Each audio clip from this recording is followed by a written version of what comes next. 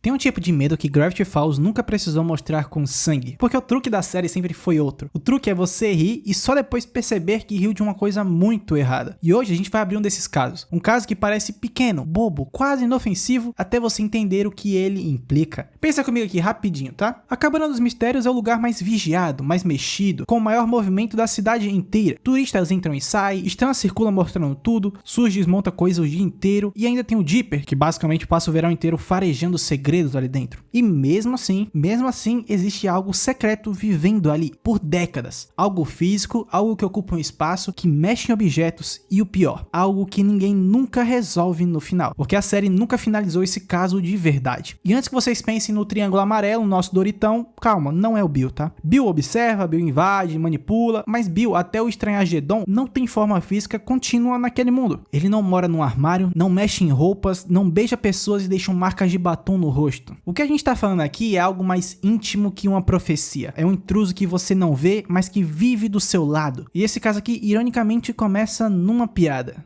O episódio é o Pequeno Dipper. A treta aqui é boba, simples. Mabel descobre que é tipo 1 milímetro mais alta do que Dipper e decide transformar isso num evento todo. O Dipper surta, tenta recuperar sua aura e acaba usando cristal para alterar o tamanho dele. Tudo normal, a comédia do episódio rolando ali. Só que aí vem um momento específico. Mabel fica desconfiada, vê o comportamento estranho do irmão e no meio de toda a zoeira ali solta uma pergunta boba. Você por acaso tá escondendo um feiticeiro invisível no closet? Do nada a câmera vira pro closet. A fala fica pendurada no ar por tempo demais, e ninguém mais toca nesse assunto por enquanto. Se isso aqui fosse só uma piada, beleza, né? Claro, de boa. Só que Gravity Falls nunca dá tempo de tela demais pra nada sem motivo. E aí chega a parte que muda tudo. Nesse mesmo episódio, o código nos créditos finais. Pra quem não sabe ou não lembra, os créditos de Gravity Falls sempre escondem mensagens relacionadas ao episódio. Só que nesse caso, a mensagem não comenta nada sobre o episódio mesmo, a trama que acontece nele. Ela comenta simplesmente a piada que soltaram. O feiticeiro invisível está observando. Está. Preste atenção nisso. Presente contínuo, hein, galera? Não é observou, não é observava. Está observando. Como se isso ainda estivesse em andamento. Como se o episódio só tivesse exposto uma coisa que já existia. E aí, beleza, né? A gente pensa, ok, easter eggzinho, piada e tal. É o desenho brincando com uma paranoia boba. Só que a série insiste nisso. E quando o Gravity Falls insiste num detalhe que parece aleatório, é porque ele não é.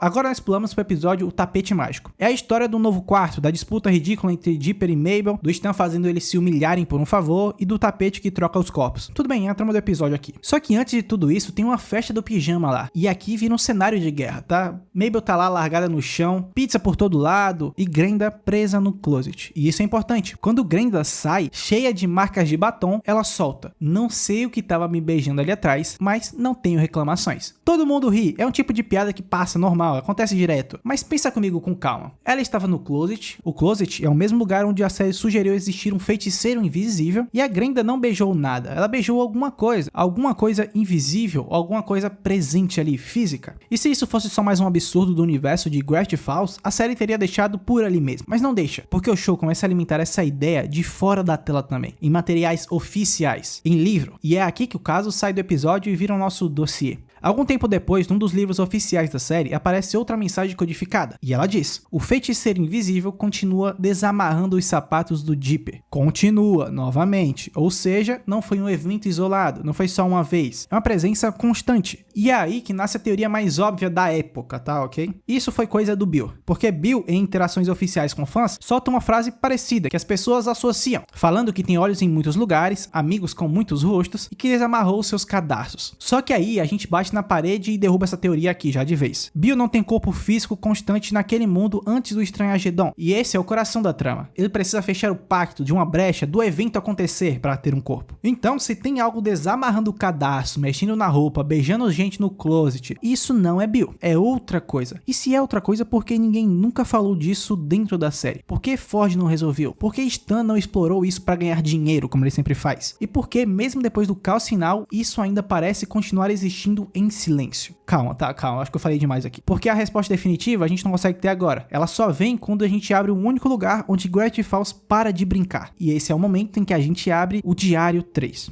O Diário 3 não é só um produto licenciado, ele é a extensão oficial da narrativa da série. É o lugar onde Ford fala sem filtro, e logo nas primeiras páginas existe uma seção chamada O Feiticeiro Invisível. Só o título já é estranho por si só, porque se isso aqui fosse só uma piada recorrente, não teria motivo nenhum de Ford registrar isso. Lá ele escreve que conseguiu ver a criatura usando um óculos de visão noturna e a descreve: olhos azuis penetrantes, um chapéu pontudo, uma varinha brilhando em arco-íris e um cinto com poções. A descrição aqui parece quase bonita, vai. E isso é uma coisa interessante, algo que pouca gente percebe, porque Ford, o cara que passou décadas estudando horrores cósmicos, olha para uma coisa como essa e enxerga algo esteticamente agradável. Isso é estranho, muito estranho, porque não tem nada assim na série inteira. Nenhum monstro é bonito. Então a gente tem duas opções: ou ele estava errado, ou ele estava sendo influenciado para enxergar aquilo. E ele mesmo sugere que talvez a criatura use poções para se manter invisível, talvez até para viajar no tempo. Viajar no tempo, tá? Isso aqui significa que ele pode não estar preso no período do verão de 2012, pode estar circulando. E aí vem um detalhe que arrepia, porque Ford diz que flagrou a criatura experimentando seus ternos no closet, como alguém que mora ali já, como alguém que está confortável ali. E Ford simplesmente não resolve esse caso. Ele menciona que talvez precise exorcizar aquilo, mas nós nunca vemos isso acontecer. Ele enfrenta Bill, enfrenta o Estranhagedon, mas o intruso do closet fica. Agora segura isso aqui, porque existe uma edição especial limitada do Diário 3, aquela com a tinta invisível, vocês estão ligados, né? E quando você revela o texto oculto da página do Feiticeiro Invisível, a história muda completamente. Com os óculos omnispectroscópicos, Ford vê a criatura com mais clareza, e o que ele descobre é devastador, porque não era um mago bonito como ele achava, não é uma coisa charmosa, é uma massa deformada, uma silhueta que lembra um mago mais grotesco. Ele sugere até mesmo que a varinha, entre aspas, talvez seja sua mão deformada. Ou seja, ele viu algo feio, horrendo, mas o cérebro dele registrou como bonito na primeira parte que nós vemos. Por quê? Essa é a pergunta que ninguém faz. Se a criatura pode distorcer percepção, então talvez ela não seja só invisível, talvez ela seja cognitivamente invasiva. E aí vem a parte mais perturbadora de todas. Na página das fadas vomitadoras, Ford escreve que essas criaturas são as únicas capazes de ver o feiticeiro invisível constantemente, e elas vivem vomitando, como se a simples presença da entidade causasse rejeição física. Então, deixa eu organizar isso aqui pra você.